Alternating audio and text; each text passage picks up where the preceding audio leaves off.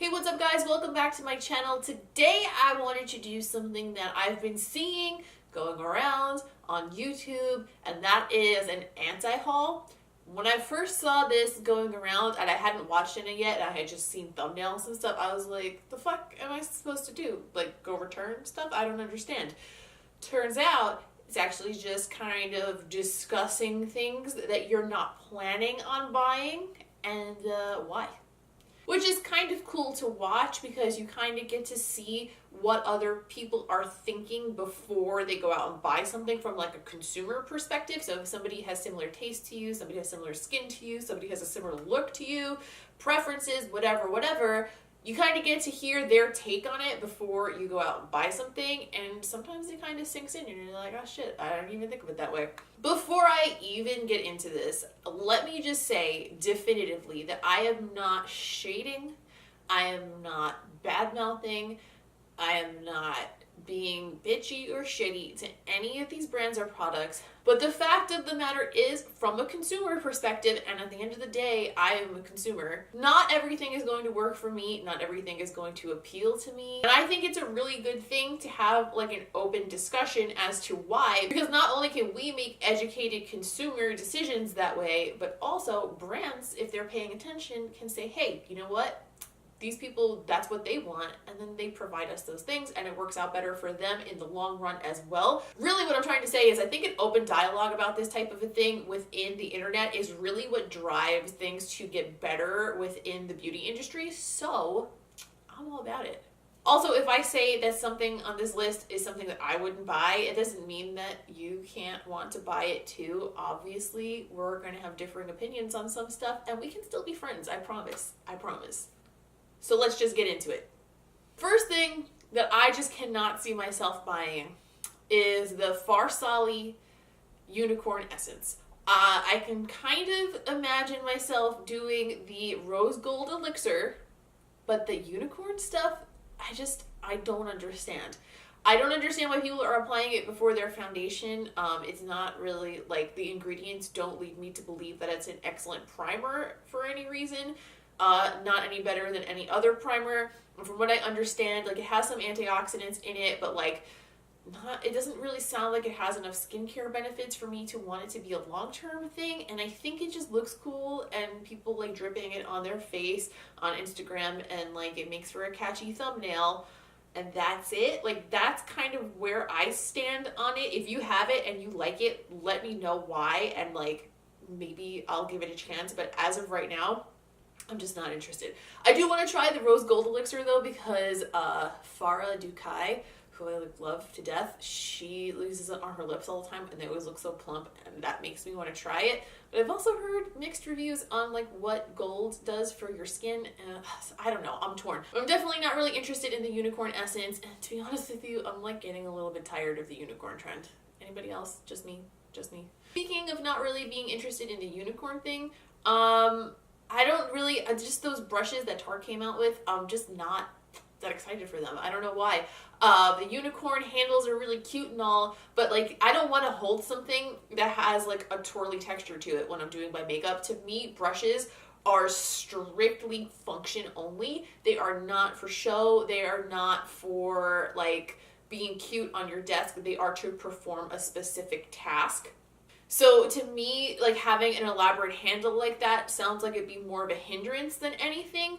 They're really cute. So like, if I maybe had like this beautiful beauty room all set up where I could display them or something, then maybe I would be into it. But that is not my situation. Like, I have like a studio set up with a little corner where I have my desk like tucked away, and then like a desk where I do my filming, and it's not like a pretty setup except for the other side of the room, and I don't keep makeup over there.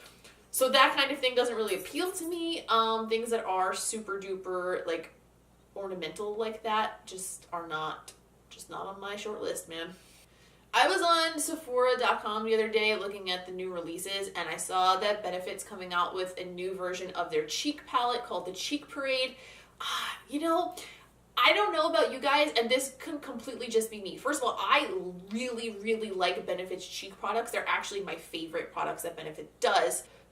I don't know if it's just me, but I don't get excited about blush that much. I like stick to a few certain blushes that I like, that I know work with certain looks and work with my skin tone, and I'm very, very specific about them, and I keep it really neutral. So things when they come out that have like a variety of cheek stuff, it's like most of the time if there are bronzers and highlighters, I probably already have those, and then I'm not going to use the blushes because I have my blushes, you know, like my blushes that I use. The packaging on those things is really cute, and I'm like super drawn to it when I see them on the websites when they come out, and I'm like, oh, I kind of think I want that. And I'm like, fuck, no, I don't. I'm not going to use that ever. All right. Let's get real for a second. This next product kind of pisses me off, and I'm going to tell you why. Because I think people are being duped by it a little bit. The product that I'm talking about is the Kopari Coconut Melt. It's $36, and I shit you not, it is a jar of coconut oil. That's it. That's the only ingredient, is fucking coconut oil.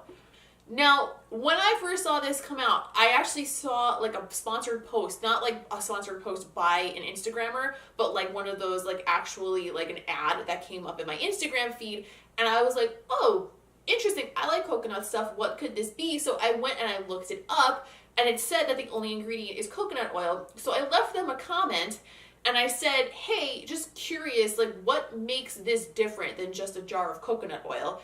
And they responded, and it seemed like kind of like a canned response, you know, like PR teams often have like specific responses that they're told to give people when they ask certain questions. And they said something along the lines of, it's an extremely high quality coconut oil, and that makes it better for whatever the fuck. Which is fine. But really, at the end of the day, it is a jar of coconut oil, and that shit is 36 bucks. 36 bucks! 36 bucks, motherfucker, for coconut oil. You can get extra virgin, extremely unrefined, completely organic, extremely high quality coconut oil at Whole Foods for like $12 for a jar just as big. And if you want to go spend your money on one that is specifically made for skincare, great. There are a lot of arguments as to why you actually shouldn't use coconut oil on your face for skincare anyway. But if it works for you, fine. So there's nothing wrong with the product. It's just crazy. Like, people think it's like this amazing thing, but it's just a jar of coconut oil, and that's just crazy to me. It's just blows my mind. It just explodes my mind out of my head.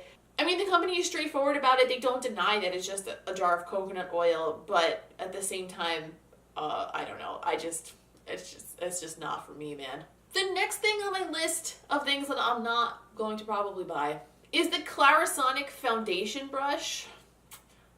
You know, man, I just don't know. Okay, I get why it would work well, because the Clarisonic has that like super duper high frequency vibration, and it's like an amazing thing. I love my Clarisonic to death. However, I don't find it that difficult to blend my foundation that I need a tool to do it for me. I just don't. Give me a $5 Real Technique sponge and give me 45 seconds and this face will be blended top to bottom. I don't see the need to bring in other tools to blend it further.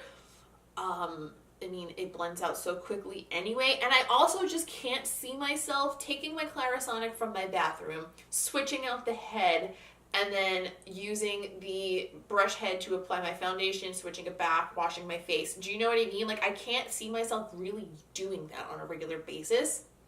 So I don't know. I just don't think it's necessary. You guys let me know what you think. Do you find things like that necessary? Do you like things that like vibrate your foundation in? Because my mom bought one from Sephora and swears by it, and I just don't get it. But maybe it's just me. I don't know. So let me know what you think. And the final piece of my list of things that I'm probably not going to buy are the new releases from Too Faced in their Peach collection and the glitter palette that they're going to be coming out with. I never purchased any of the Sweet Peach products from them ever. To be honest, I always thought that the colors were just a little bit bland and boring for me. It's a lot of pretty shades, but like they're all sort of like in the same tones, and they're very similar to other things I had, so it didn't really, I don't know, it didn't really grab me. And the smell, peach is not one of my favorite smells, so it's not like super appealing to me in that way. So I don't know, I wasn't really into it in that sense either. The other thing is that the last few palettes that I have purchased from Too Faced have been like really inconsistent as far as the formula, and I found that the eyeshadows are kind of fucking really patchy and unpigmented. I haven't bought a palette from them in quite a while for that very reason. But that being said, I have swatched every single one they come out with. Because as a beauty blogger, I want to know what products are like so that I can either purchase them if I want to or speak on them if you guys ask me about them. So a lot of times, like even if I'm not going to buy something for myself, I'll go to Ulta and I'll go to Sephora and I'll test them out and I'll put them on my hand, kind of just get a feel for them as much as I can without actually using them. Every single palette that has come out recently has been just not fucking that great. Just not that great. So like the colors in the new peach one that are coming out kind of look like they might be a little bit more up my alley, but at the same time, there's just better palettes that I feel like I could spend my money on. I wear the Better Than Sex waterproof mascara pretty much every day, and I wear the Milk Chocolate Soleil bronzer pretty much every day. So those are like my staples from Too Faced. So it's not that I think that their products overall are of bad quality. Their eyeshadow formula just doesn't do it for me. And then the glitter palette that's coming out. Glitter palettes in general just don't appeal to me at all, because a palette for me, I want to be able to look at a palette and make a complete look out of it, not so much look at a palette and use one color and then like reach for other things to build the rest of my look. And when a palette only has glitters in it, then I literally am never going to get a complete look out of it. I'm only going to be using the glitter one at a time, and in my opinion, I would rather buy the 2 or 3 or maybe 1 shade from that arrangement of glitter colors that I would want, rather than splurging on an entire palette of them, because what are the odds that every single color is going to be something that you want, you know what I mean? So that's it for my anti-haul today. Those are all the things that stood out to me that I looked at them and said, you know what, I'm probably not going to buy that. So let me know if you have the same feelings about these products, if these are actually some things that you are looking forward to or that you already have and really enjoy. I would love to hear about that, because I'm always interested to see your perspective on stuff. I hope this video didn't come off as like super negative, because I hate that. I did really try though not to just take big shits all over any of these products, but like give a perspective on why they're not for me. So I hope that translated. I guess we'll fucking see if people get mad at me. Please don't forget to give this video a thumbs up if you enjoyed it, because that really helps me out. Also, don't forget to subscribe, because I want to see you guys stick around. I want to chat with you, be buddies, talk about makeup, do all the fun shit. Don't forget to follow me on social media, because you don't want to be missing any of the daily makeup looks that I'm putting up on Instagram. And I would love to chat with you about stuff on Twitter, so all of that will be listed here and downstairs in the box and all the things. That's pretty much it for today. I hope you guys enjoyed this video. I'll see you in the next one.